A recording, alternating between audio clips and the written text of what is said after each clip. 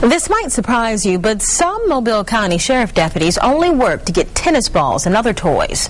This is true. Fox 10 News reporter Cheris Lombard shows you how deputy canines are trained to catch the bad guy. These deputy canines are trained to keep their nose on the prize. For 6 Mobile County Sheriff's deputies, these guys are their partners in fighting crime.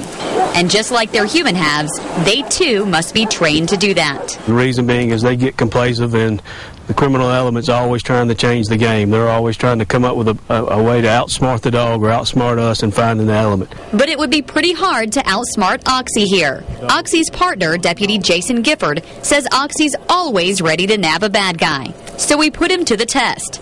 Deputy Gifford hid marijuana in this car to see if Oxy could find it. Get the dog. Get the dog. He's alerting there's an odor coming from the cracks of that door handle or around that door, and he's alerting to it, letting me know there's some kind of substance coming from that vehicle.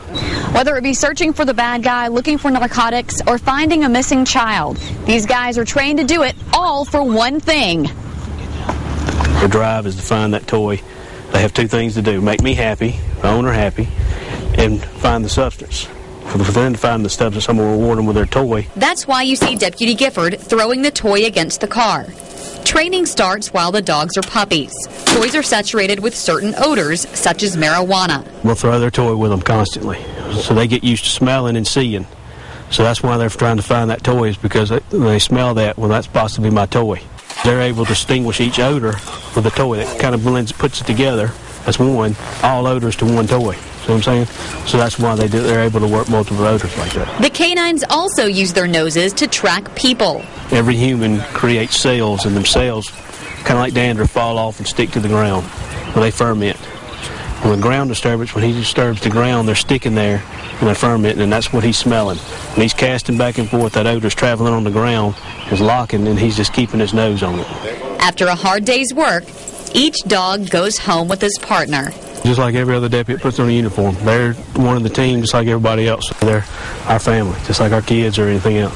When one workday is done, just like his partner, he goes home and gets ready for another. Reporting in Mobile, Cheris Lombard, Fox 10 News.